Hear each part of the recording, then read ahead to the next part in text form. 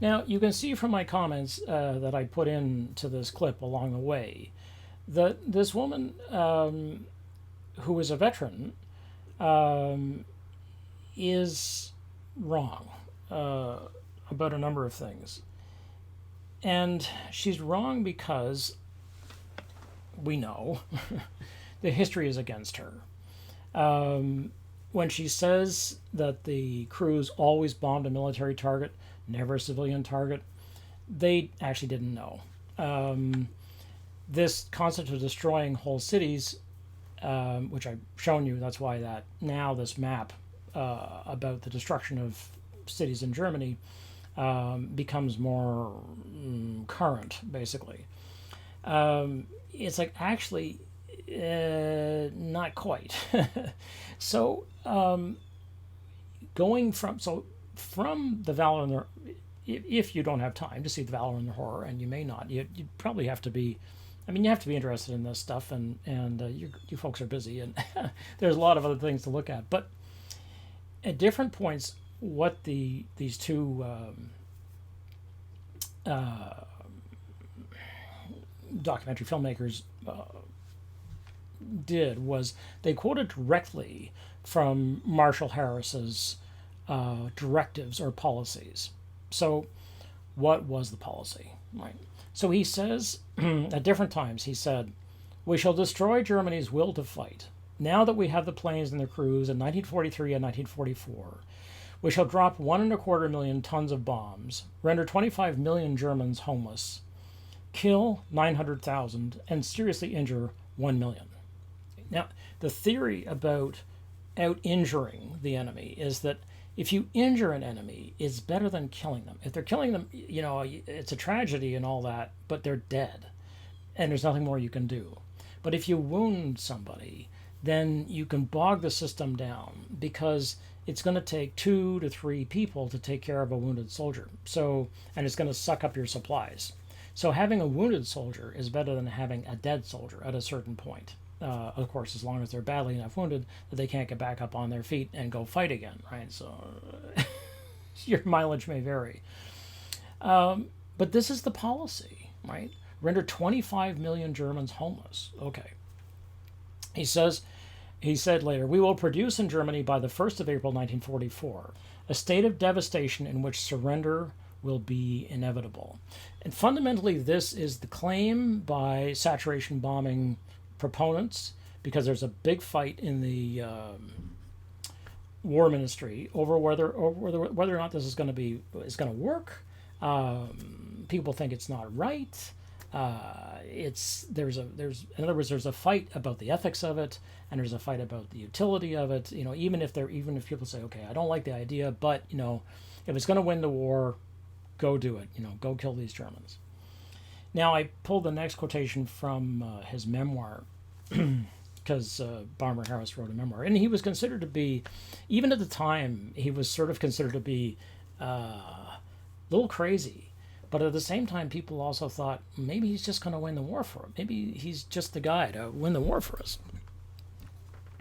So, and the thing about these, what's often called situational ethics, as you know,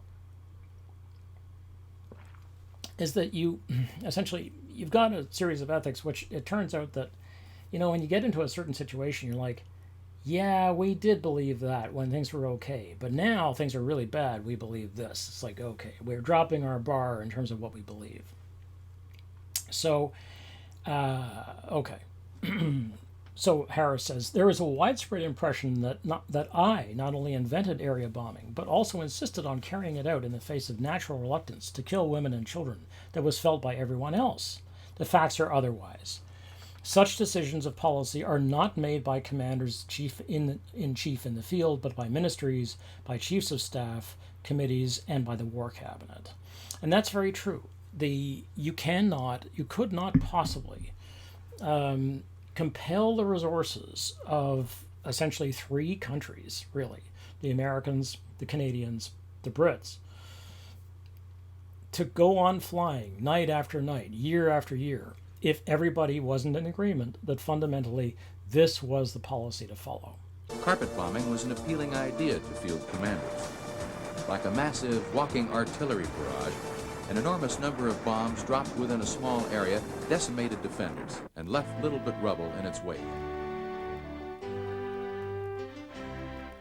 By the beginning of 1945, very few strategic targets in Germany remained unbombed.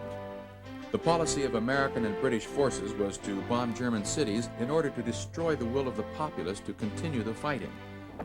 On February 3, 1945, 1,000 B-17s bombed Berlin, and another 400 B-24s pounded Magdeburg. Skies were clear, and the bomb drops were devastating and accurate.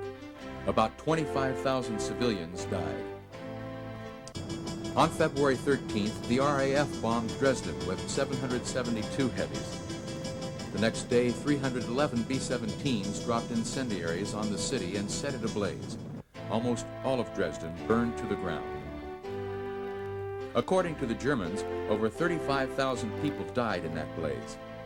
The Allies dispute that number, but they do not dispute that terrorizing civilian populations into giving up and suing for peace by bombing them out of their homes was thought to be a legitimate use of bombers. What is important to know is that this terror bombing strategy never really worked, either during the war or afterwards. It didn't work for the Germans during the Battle of Britain, where massive, continuous bombing only seemed to stiffen the will of the British. It didn't work in Germany, where despite incredible devastation, the German people continued to fight on long after their cities were in ruin, and reasonable people would have thought they'd had enough. Even after the firebombing of over 100 square miles of Tokyo, the Japanese people were prepared to fight on.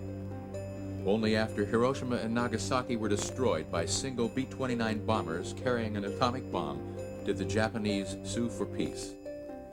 So Harris is sort of the point guy. That's his job. You know, the job of the general, an air marshal doesn't really matter.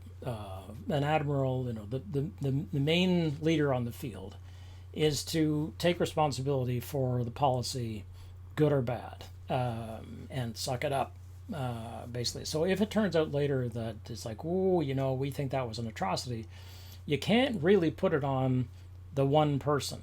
You have to go back and say, no, it was the policy that was corrupt. In the same way that, you know, we look at the extermination of the 12 million people in the death camps by the Nazis, and we have to blame the whole structure. But fundamentally, we have to blame the orders that were drawn up at the Von3 conference, which gave the policy in 90 minutes for the final solution, quote unquote, to not only the Jews, but to Roma and Sinti and the other queer people of communists, anarchists, people who are just against the state, and so on. Okay. So this is the rest of that little piece.